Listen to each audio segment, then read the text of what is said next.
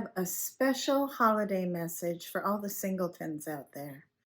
Now, I know that this is a very difficult time of year to be single. There is a lot of pressure in society, under the best of circumstances, for us to be pair bonded. And with women's biological clock, there's even more pressure. So if we're not in a couple, sometimes we can feel like there's something wrong with us. But I want to tell you, there is nothing wrong with you if you're not in a couple. I've been seeing a lot of videos on YouTube. Why are you still single, INFP? Why are you still single, Gemini? And there is nothing wrong with being single. In fact, I recently did a values survey, and I'll give the link in the description box below. And what came up as my top 3 values was a little bit surprising because connection and relating was not one of the top 3. My top 3 were creativity, and for me, a lot of my creativity is solo pursuits. Next, I valued spirituality, and well, that is also a solo pursuit. And finally, the third top value of mine is independence. Well, doesn't that say it all? So my values don't really strongly align with a prioritization of pair bonding. And that's okay. I've been happy and content my adult life to occasionally be in long-term relationships and occasionally not to be. And both are very productive. But let's say those aren't your values and you do value connection.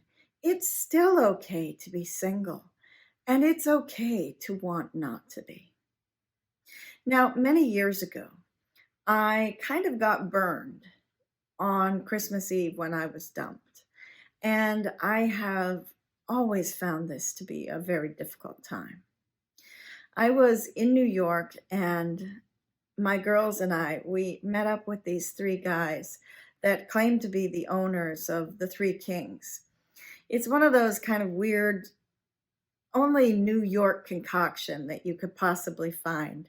It was a deli and a dinner theater, and it had a yoga room, and it had a gift shop, and upstairs, by invitation only, it was a wholesale jeweler. It was on 41st off Broadway.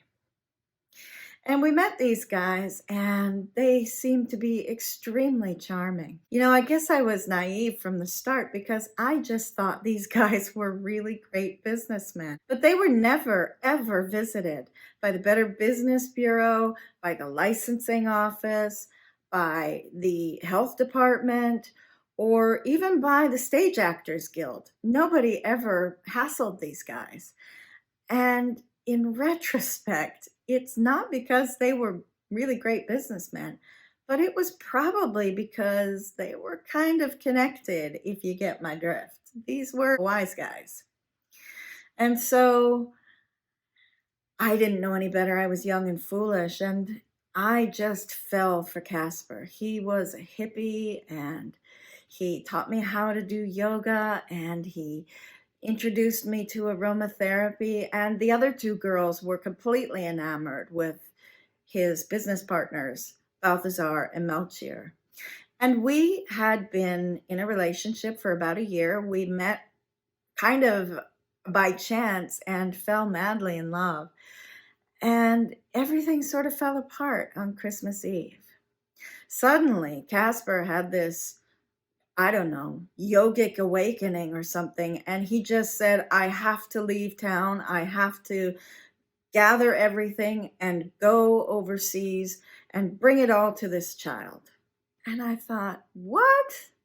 And so they were gone. They just packed up, closed up shop, and gone. And I never saw them again.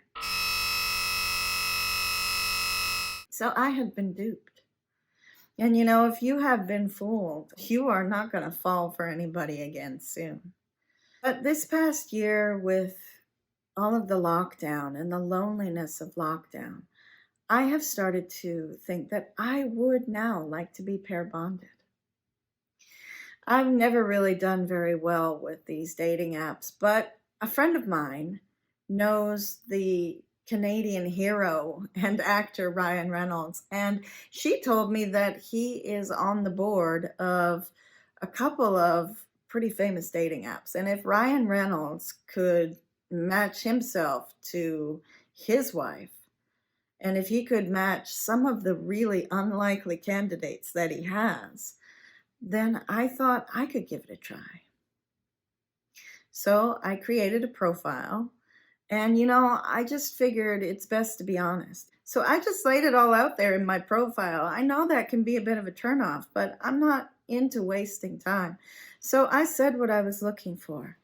I mean, I'm looking for a guy who is going to challenge me, who has a great sense of humor, who's intelligent and well educated. I'm looking for someone who's kind and who's generous, who is good with children, because you never know, and, good with animals, because they always know.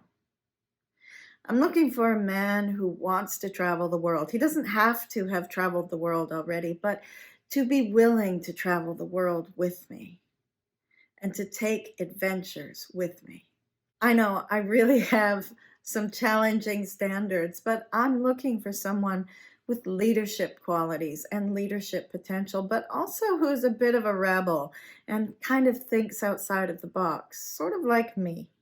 And most importantly to me, I'm looking for a guy who wants to make the world a better place. So I put my profile up, as demanding as it might be, and I did all the swipey thing, and I actually got a match. He is the head of a manufacturing company, a major manufacturing company that's based up in the Arctic, but he does most of his work remotely. This, however, is his busy season. His name is Nick, and we have messaged, and we've moved on to texting, and we've even had a few phone calls, but I haven't got to meet him yet. And he's really funny. I mean, I've never met a more jolly guy. It's been really lovely. It's just been magic. He sent me some photos, and he's really active and likes the outdoors, which I hadn't even asked for, but I love too. He speaks French and he speaks German and he even speaks Russian. I don't even know how many languages he speaks, and what a writer he is. He does a lot of correspondence for his company, and he travels. He travels a lot for work.